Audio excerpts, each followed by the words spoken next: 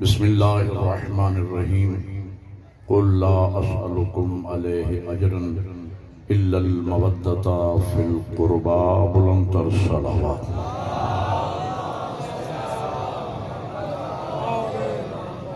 برادران ایمانی، موالیان حیدر کرار و عاشقان حسین بن علی، میں نے آپ حضرات کے سامنے قرآن مجید کی ایک معروف آیہ وفی ہدایہ کی تلاوت کا شرف حاصل کیا ہے۔ ارشاد رب العزت ہے قل لا اسألکم علیہ اجرا الا المودۃ فی القربى۔ میرے حبیب فرما دیجئے امت سے کہ میں تم سے رسالت کا یعنی دین پہنچائی کا کوئی اجر کوئی مزدوری نہیں مانگتا سوائے اس کے کہ میرے قریبیوں سے مودت کرو۔ اللہ تعالیٰ نے محبت اہل بیت کا حکم دیا ہے اور ساتھ احسان یہ فرمایا کہ اس ذات نے محبت کی کوئی حد، محبت کی کوئی لمٹ اللہ نے معین نہیں فرمائی، بلکہ ہر امتی کے ظرف پہ چھوڑ دیا کہ جس کا جتنا ظرف اس کی اتنی محبت۔ مل کے حیدری، اگر وہ ذات محبت کی کوئی حد بندی کر دیتی، محبت کی کوئی لمٹ معین کر دیتی، تو جو مسلمان جو امتی اس حد تک نہ پہنچ سکتا وہ دائرہ اسلام سے خارج ہو جاتا۔ اس نے احسان یہ کیا ہے کہ محبت کا حکم تو دیا ہے لیکن محبت کی کوئی حد اللہ نے معین نہیں فرمائی ہے۔ میں ایک چھوٹی سی مثال آگے لے رہا ہوں، اسی پر بیس ہے میری پوری تقریر۔ شیعہ سنی کتب میں لکھا ہے، برادران اہل سنت کی ایک کتاب بھی ہے، اویس کرنی عاشق رسول کتاب کا نام ہے، اس میں یہ جملہ لکھا ہے اور زبان زد عام ہے، شیعہ سنی سب جانتے ہیں کہ حضور کے دندان مبارک میدان احد میں شہید ہو گئے۔ ایک صحابی رسول نے یہ بات سنی تو وہ ٹھنڈی سانس لے کے اس نے آنسو بہا لیے۔ ایک اور عاشق رسول نے سنا تو وہ باقاعدہ بلند آواز سے رویا۔ ایک اور عاشق رسول تک یہ اطلاع پہنچی تو وہ چیخیں مار مار کے رویا۔ ایک اور صحابی نے سنا، وہ روتے روتے بے ہوش ہو گیا۔ حضرت اویس کرنی نے کرن میں سن لیا کہ اللہ کے محبوب نبی کے دانت شہید کر دیے گئے ہیں۔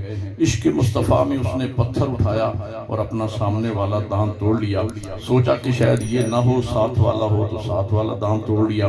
تو برادران اہل سنت کی کتابوں میں ملتا ہے کہ حضرت اویس کرنی نے محبت رسول میں عشق مصطفیٰ میں 32 کے 32 دانت توڑ لیے۔ میں اتنی تمہید کے بعد کہنا یہ چاہ رہا ہوں کہ محبت رسول اور عشق مصطفیٰ میں جس نے ٹھنڈی سانس لی وہ رونے والے کو بدعت نہیں کہتا، رونے والا چیخیں مارنے والے کو بدعت نہیں کہتا، چیخیں مارنے والا بے ہوش ہونے والے کو بدعت نہیں کہتا، بے ہوش آنے والا خون بہانے والے کو بدعت نہیں کہتا۔ میں کہتا ہوں بدعت تو تب بنے جب محبت کی کوئی حد معین ہو۔ اب مل کے بولو حیدری۔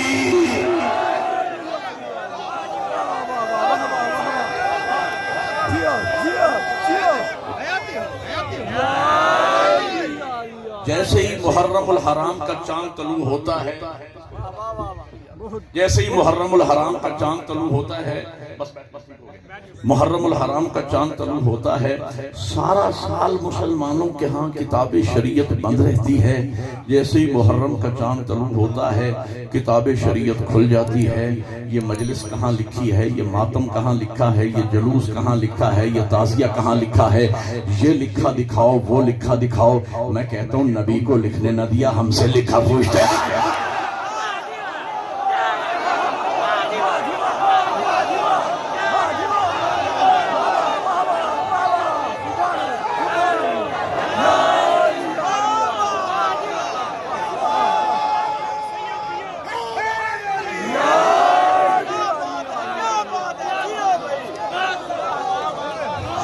آؤ آج خانپور کے اس تاریخی اجتماع میں اپنی قوم کے سامنے لاؤڈ سپیکر پر میرا دل یہ چاہتا ہے آج کی اس مجلس میں مجلس ماتم گریہ جلوس تعزیہ علم ذوالجناح میں چاہتا ہوں پوری عزاداری آپ کو قرآن سے دکھاؤ۔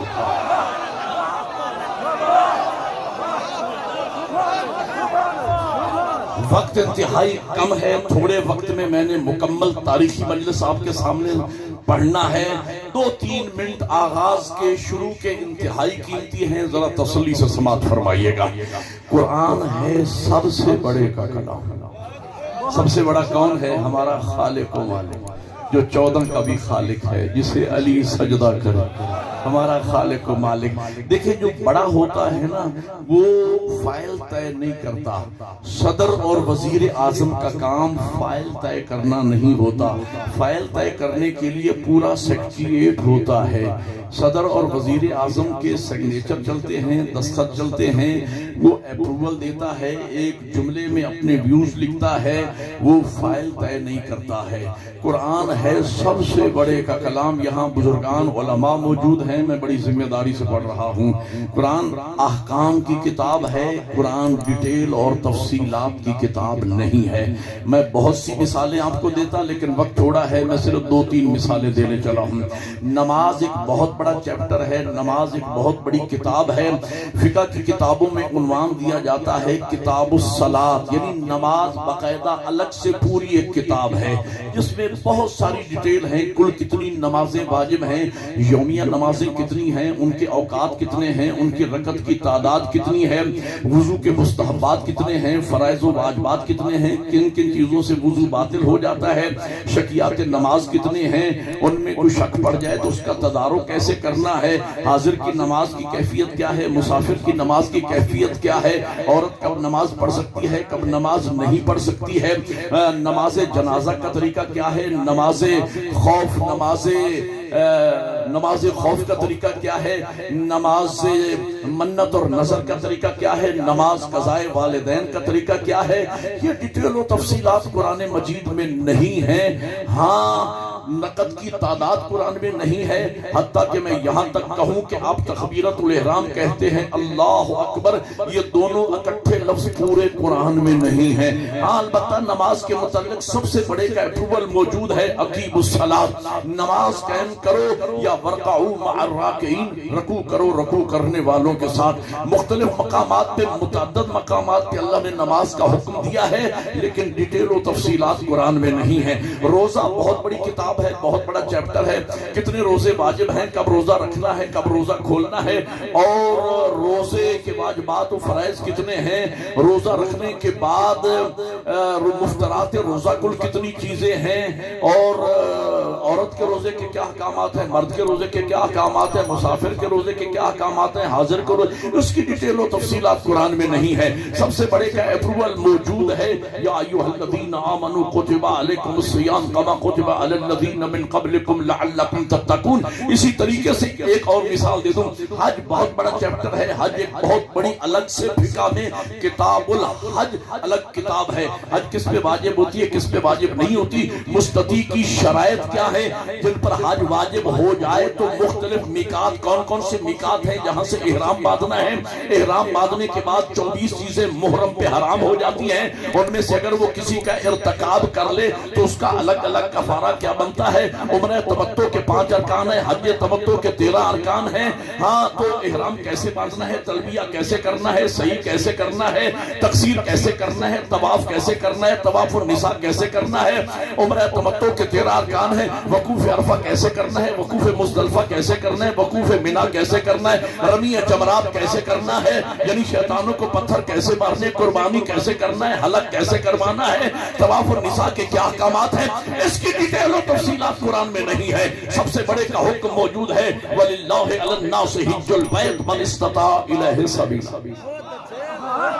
اب میرے پاس وقت ہوتا میں سب مثالیں دیتا لیکن میں 3 مثالیں دی، اب یہ بات سنیے گا، یعنی قرآن احکامات کی کتاب ہے، ڈیٹیل و تفصیلات کی۔ اور ہو سکتا ہے بات تو سوچ کر کہیں مولانا یہ ٹھیک ہے، ہاں جس طرح نماز، روزہ، حج یہ پوری الگ کتابیں ہیں، ان کی ڈیٹیل قرآن میں نہیں ہے، لیکن سب سے بڑے کا حکم موجود ہے۔ اسی طریقے سے محرم ایک الگ کتاب ہے، محرم ایک الگ باب ہے، محرم ایک الگ سے موضوع موضوع ہے جس میں مجلس بھی ہے، ماتم بھی ہے، گریہ بھی ہے، جلوس بھی ہے، تعزیہ بھی ہے، علم بھی ہے، سلجنا بھی ہے۔ اگر کوئی مولوی ملا ہمیں کہے کہ ایک ایک چیز قرآن سے نکال کے دکھاؤ، تو جب کوئی مولوی ملا صبح کی 2 رکعت قرآن سے نہ دکھا سکا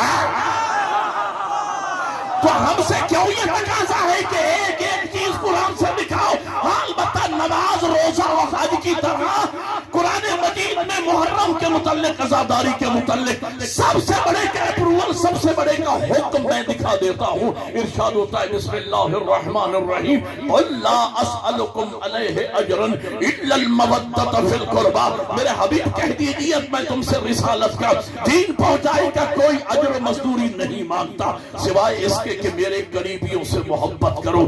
محبت کا حکم میں نے دکھا دیا ہے۔ اب جو کچھ ہم محرم میں کرتے ہیں، چہلم میں کرتے ہیں، مجلس، ماتم، گریہ، جلوس، تعزیہ، علم، سلجنا، ان ساری چیزوں کو محبت کے پیمانے پہ پرکھتے چلے جاؤ۔ کوئی ایک چیز محبت سے الگ کر کے دکھاؤ تو بدعت بنے۔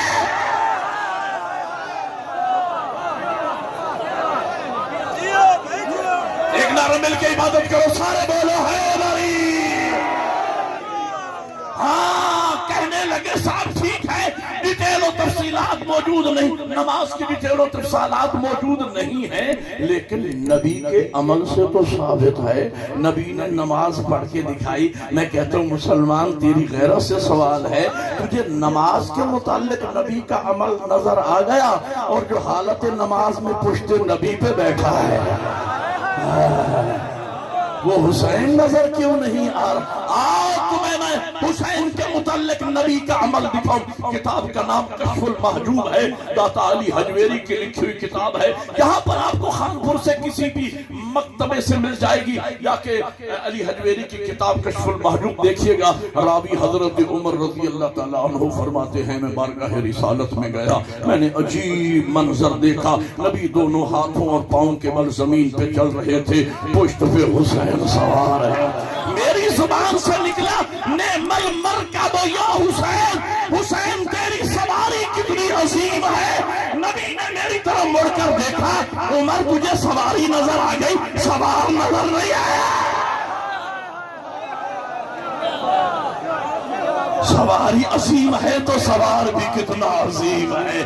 بلکہ یوں کہو نعم الراکب یا رسول، اے اللہ کے رسول تیرا سوار کتنا عظیم ہے۔ اور حضرت عمر رضی اللہ تعالیٰ عنہ نے لفظ مرکب استعمال کیا۔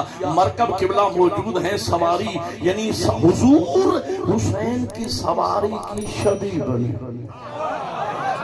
اب پوری روایت پڑھوں، میرے پاس وقت نہیں ہے کہ حسنین نے کہا نہ ہم لوگوں کے بچوں کی سواریاں ہیں، ہماری کوئی سواری نہیں ہے۔ حضور نے فرمایا میرے کاندھوں پہ سوار ہو جاؤ۔ وہ بچوں نے کہا یا نہ لوگوں کی سواریوں کی تو باغیں بھی ہیں۔ حضور نے اپنی زلفیں شہزادوں کے ہاتھ میں دے دی۔ شہزادوں نے کہا نانا لوگوں کی سواریاں تو آواز بھی نکالتی ہے۔ حضور نے حسنین کی فرمائش پہ اونٹ کی آواز نکالی۔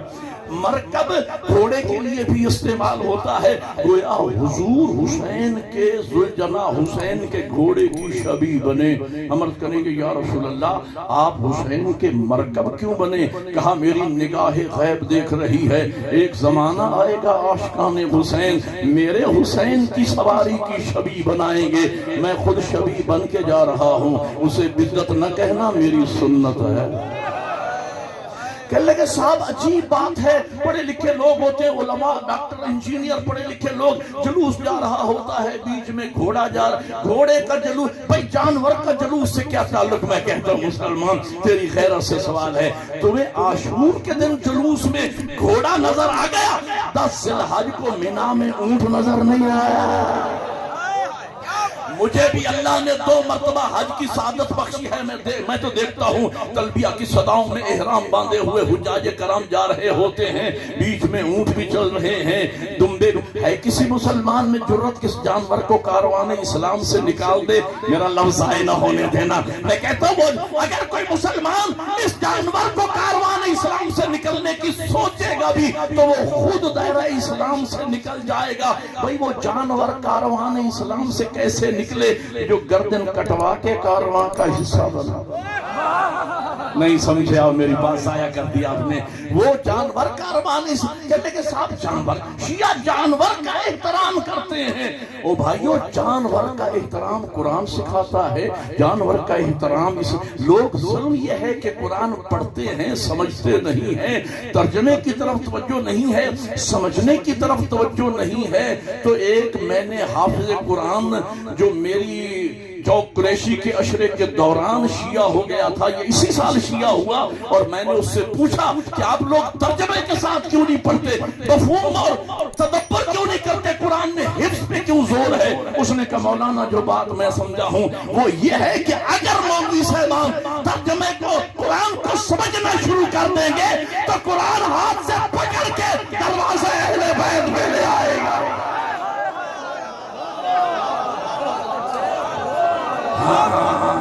لوگ پڑھتے ہیں سمجھتے نہیں ہیں. قرآن سمجھنے کے لیے آیا ہے, ایک رات میں ختم کرنے کے لیے نہیں. قرآن اور اسلام کا فلسفہ میں ایک جملے میں عرض کرنے چلا ہوں جانور کے متعلق. قرآن اور اسلام کا فلسفہ یہ ہے کہ جو جانور کسی اللہ والے کے نام سے منسوب ہو گیا وہ جانور نگاہ توحید میں محترم ہو گیا. اب میں مثالیں دیتا, میرے پاس وقت ہوتا لیکن 2 مثالیں دوں گا. حضرت سہل نبی کی اونٹنی, بھائی قرآن میں ذکر ہے یا نہیں, نبی سے منسوب ہو گئی, نگاہ توحید میں محترم ہو گئی. حد ہوگی حضرت اسماعیل پر قربان ہونے والا دمبا, نبی سے منسوب ہو گیا, نگاہ توحید میں محترم. اس سے بھی حد ہو گئی حضرت عزیر کا گدھا, قرآن میں ذکر ہے. اس سے بھی حد ہو گئی اصحاب کہف کا کتا. اب ساودھان اور جملہ سمجھنا, اصحاب کہف نبی نہیں تھے, معصوم نہیں تھے, اللہ والے تھے, سچے تھے, سچوں کے پیچھے کتا ہو لیا. 73 فرقوں کے علماء کہتے ہیں وہ کتا قیامت کے دن لباس بشری پہن کر جنت میں جائے گا. تو ایک اشارہ تو قرآن نے کر دیا نا کہ سچوں کے پیچھے لگ جانے والا ارے کتا ہی کیوں نہ ہو جہنم میں نہیں جاتا ہے.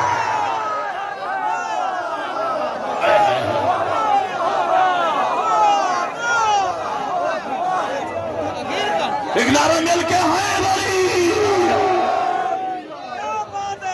اچھا آپ نے توجہ فرمائی ہے, آپ کی نظر کرنے چلا ہوں, آپ نے توجہ فرمائی ہے, ایک تاریخی بات کہنے چلا ہوں.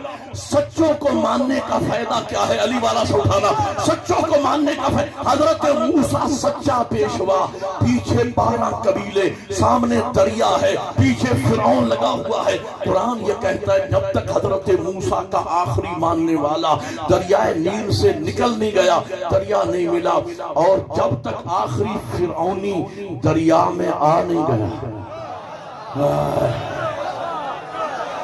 اس وقت تک دریا نہیں ملا. تو قرآن نے پیغام یہ دیا کہ سچا پیشوا اکیلا نجات نہیں پاتا, سارے ماننے والوں کو لے کے نکلتا ہے, اور جھوٹا پیشوا اکیلا نہیں ڈوبتا.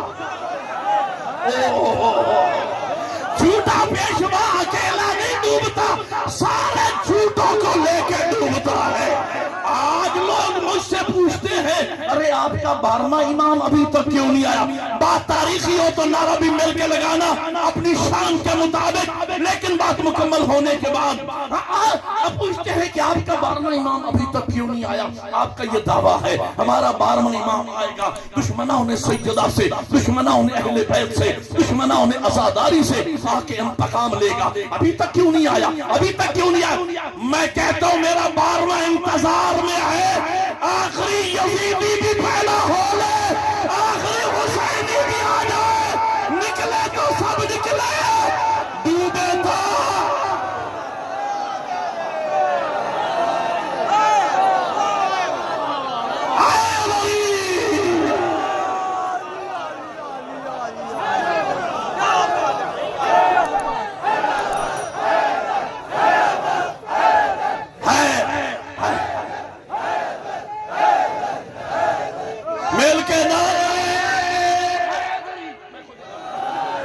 خود لگاؤں گا.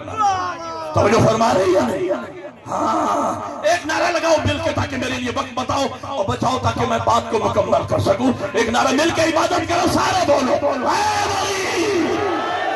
جی. تو میں کہنا یہ کہہ لیں کہ صاحب جانور کا شیعہ احترام, او بھائیو جانور کا احترام میں نے ساری فقہ الحمدللہ پڑھی ہے. اگر جی میں نے قدوری بھی پڑھی ہے, فقہ جتنی فقہ ہے سب فقہ میں نے مطالعہ کیا ہے، الحمدللہ مطالعہ کرتا ہوں، اس کے بعد مجلس پڑھتا ہوں۔ تمام فقہا نے لکھا کہ جو آپ قربانی کا جانور کرتے ہو نا، اس جانور کا احترام کرو، حتیٰ کہ لکھا ہے اس کے گلے میں جو رسی ہے نا، قلید کی لفظ ہے، اس رسی کا بھی احترام کرو، اس کے آگے نہ چلو، اس کو پیٹو مت، اس کو گالی نہ دو۔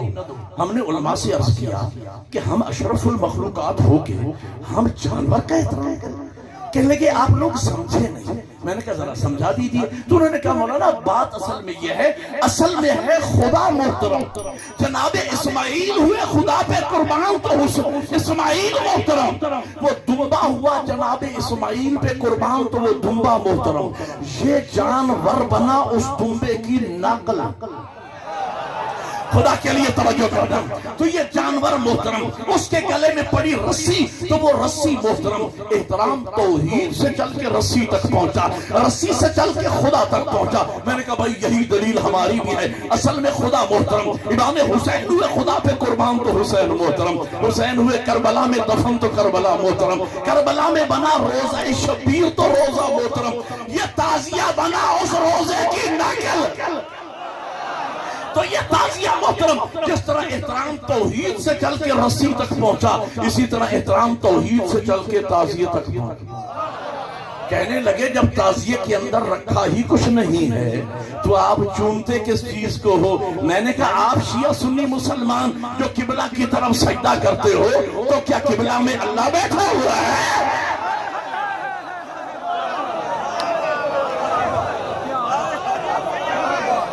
توجہ ہے یا نہیں؟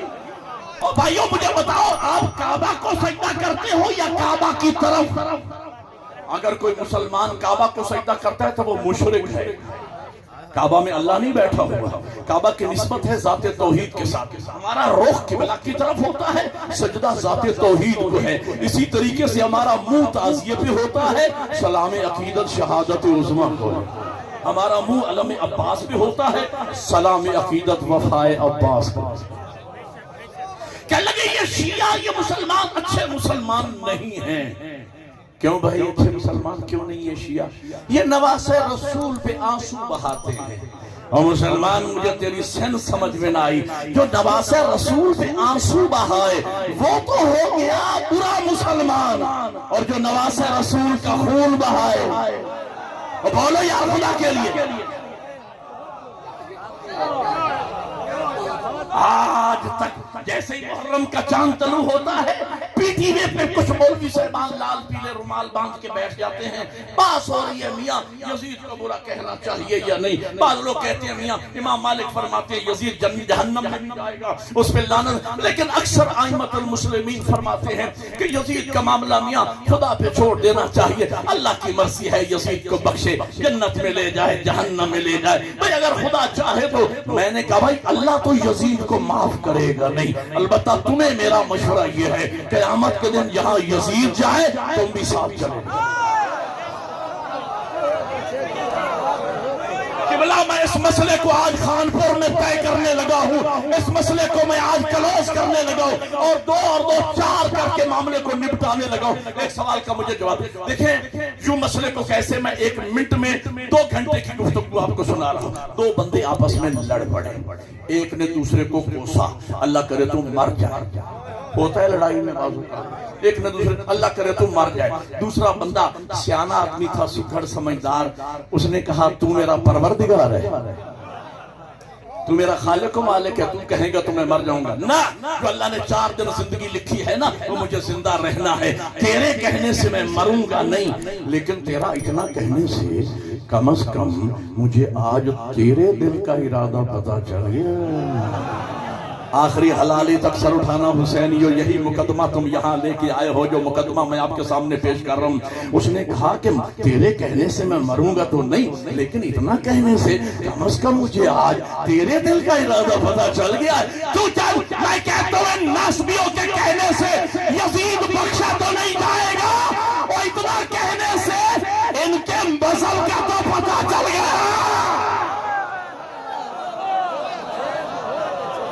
کہ یہ یزید والے مسلمان ہیں، یہ حسین والے مسلمان ہیں۔ بچوں کو سکولوں میں تنگ کیا جاتا ہے، میاں یہ شیعوں نے خود ہی مارا ہے امام حسین کو، اب خود ہی روتے اور پیٹتے ہیں۔ یہ پتہ نہیں خانپور کے مسلمان اچھے لوگ ہوں گے، اچھے مسلمان، یہاں یہ اعتراض نہیں ہوتا ہوگا۔ میں تو بنام حسین پورا ملک گھومتا رہتا ہوں، ہر جگہ بچوں کا میاں یہ شیعوں نے خود ہی مارا ہے اور یہ خود ہی روتے پیٹتے ہیں، یہ سزا ہے ان کو۔ اجازت ہو تو یہ مسئلہ حل کر دوں۔ ایک سوال کا جواب مجھے دینا، لفظ تول کے بول رہا ہوں، بول کے مجھے جواب دینا آپ بھی۔ امام حسین علیہ السلام کا قاتل کون ہے؟ شاباش، شمر نہیں، شمر کھولی یہ تو کرائے کے لوگ تھے، یزید۔ بولو، یہی مقدمہ تم چوک میں لے کے آئے ہو۔ امام حسین کا قاتل کون ہے؟ امام حسین کا قاتل کون ہے؟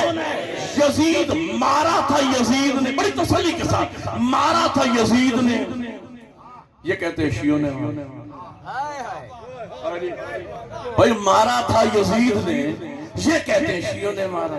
صغرا کبرا ملا کے نتیجہ کیا نکلا؟ بقول ان کے پھر یزید شیعہ ہوا، پھر وہ ہمارا ہوا، پھر ہماری مرضی ہے ہم یزید کو 7 فٹ اوپر سے لعنت شروع کریں یا نیچے سے، لیکن جیسے ہی ہم یزید پہ لعنت کرتے ہیں لوگوں کو تکلیف ہوتی ہے، ان کی تکلیف نے بتلایا یزید ہمارا نہیں، ان کا لگتا۔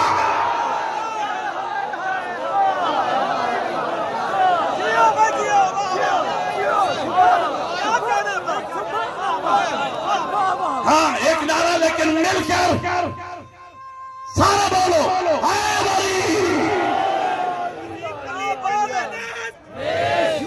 میاں یہ تو انٹرنیٹ پر ذاکر نائک جیسے بدبخت، میاں یہ 2 شہزادوں کا معاملہ ہے، ایک جیت گیا ایک ہار گیا۔ میں کہتا ہوں جاہلو، ہمیشہ مقصد کی جیت ہوتی ہے، مقصد کی ہار ہوتی ہے۔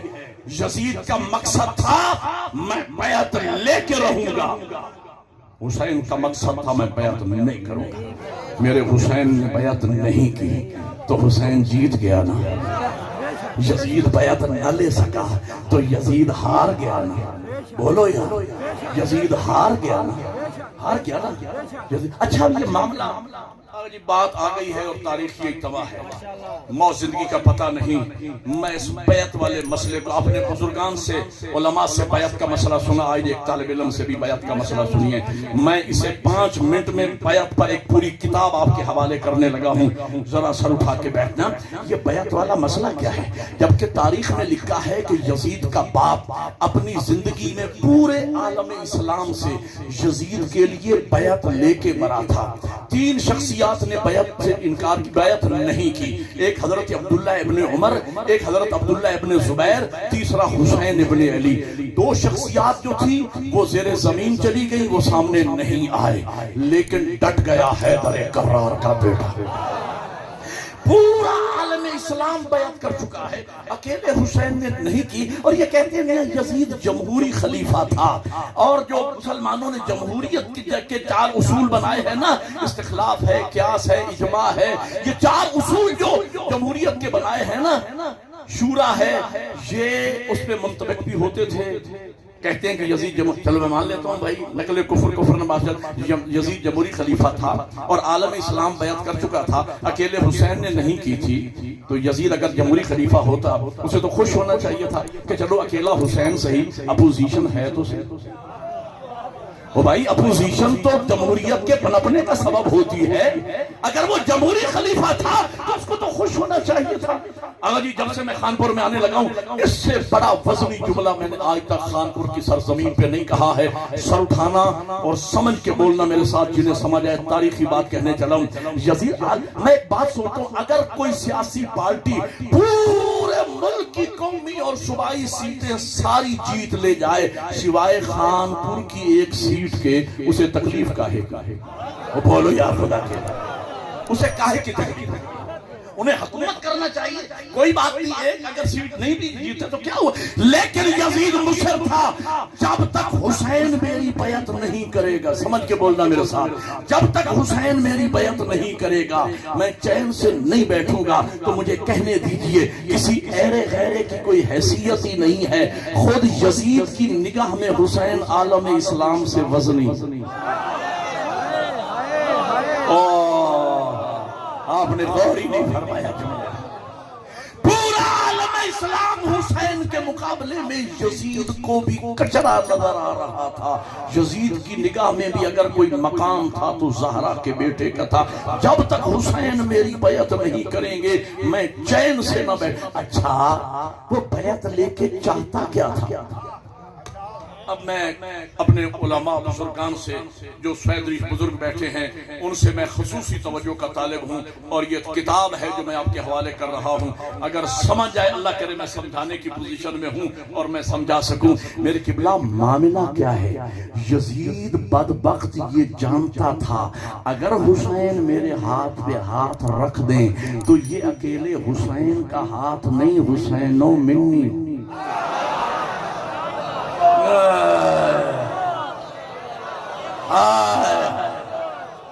یہ رسول اللہ کی بیعت ہو جائے گی، یہ 1,24,000 بندے۔ اچھا اگر بیعت ہو جائے گی تو کیا ہوگا؟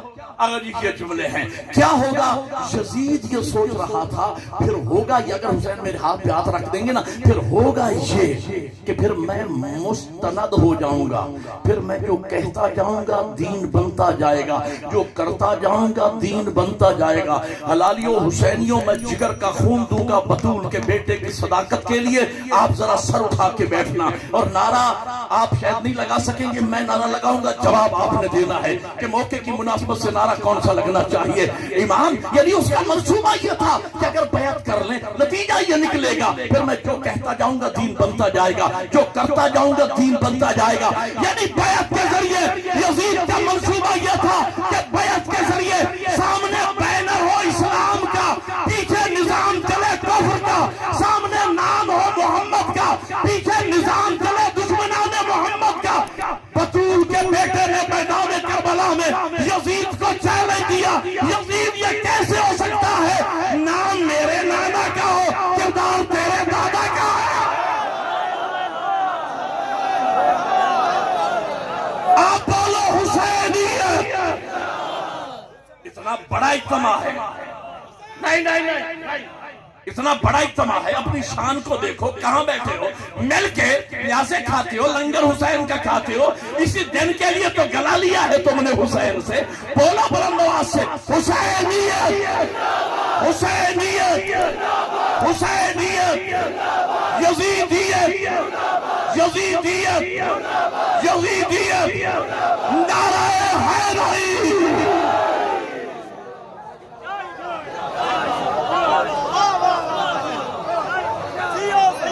میرے مولا نے میدان کربلا یزید یہ کیسے ہو سکتا ہے حسین کی نام میرے نانا کا ہو کردار تیرے دادا کا۔ امام نے بیعت نہیں کی، بیٹا بیعت نہیں کی تو حسین جیت گیا، یزید بیعت نہ لے سکا تو یزید ہار گیا، اور ظاہری اقتدار تو یزید کے پاس تھا ہی۔ جوان سر اٹھائیں، ظاہری اقتدار تو یزید کے اقتدار کوئی معمولی اقتدار نہیں تھا۔ علماء موجود ہیں، آپ تاریخ میں پڑھ سکتے ہیں۔ آج میرے پاس وقت ہوتا میں ڈیٹیل میں جاتا، آج دنیا کے 27 ملک ایسے ہیں جن پر اس زمانے میں اکیلے یزید کی حکومت تھی۔ اور جوانہ لفظ کہہ رہا ہوں، جوانہ ذرا سمجھ کے بولنا میرے ساتھ، جنہیں سمجھ آئے، میں کہہ جاؤں گا سروں سے نہ گزر جائے، میں محنت کر رہا ہوں، ذرا توجہ فرمائیے گا۔ اس کی حکومت میں سورج غروب نہیں ہوتا تھا۔ جوانوں یزید اتنا چھوٹا نہیں تھا جتنا آپ نے سمجھ رکھا ہے۔ یہ تو 1400 سال سے آپ کی لعنت کے ہاتھوں پٹ پٹ کے اتنا سر ہے۔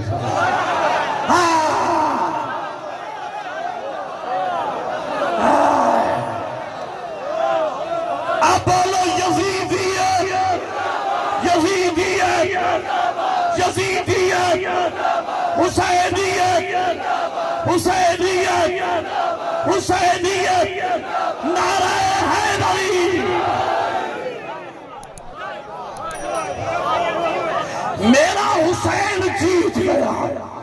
یزید ہار گیا. یہ جملہ میں بیٹھ کے نہیں کہہ سکتا اس لیے کہ پوری تقریر ایک طرف، یہ جملہ ایک طرف. میں نے زہرا کے بیٹے کی صداقت اور فتح کو دکھانا ہے خانپور میں. اگر میں بطول کے بیٹے کی فتح تمہیں اسی منبر پہ دکھا دوں، دعا کرو گے یا نہیں؟ کرو گے نا دعا؟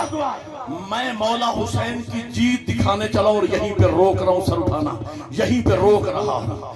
او بھائیو، میرا حسین جیت گیا، یزید ہار گیا. یاد رکھو، جو پارٹی الیکشن جیت جاتی ہے شام کو چوکوں میں جلوس وہی لے کے آتی ہے.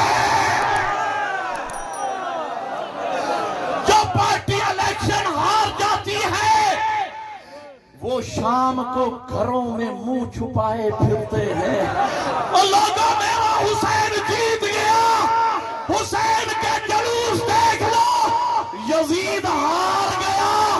آج بھی عاشور کے دن یزیدی قبرستانوں میں منہ چھپائے.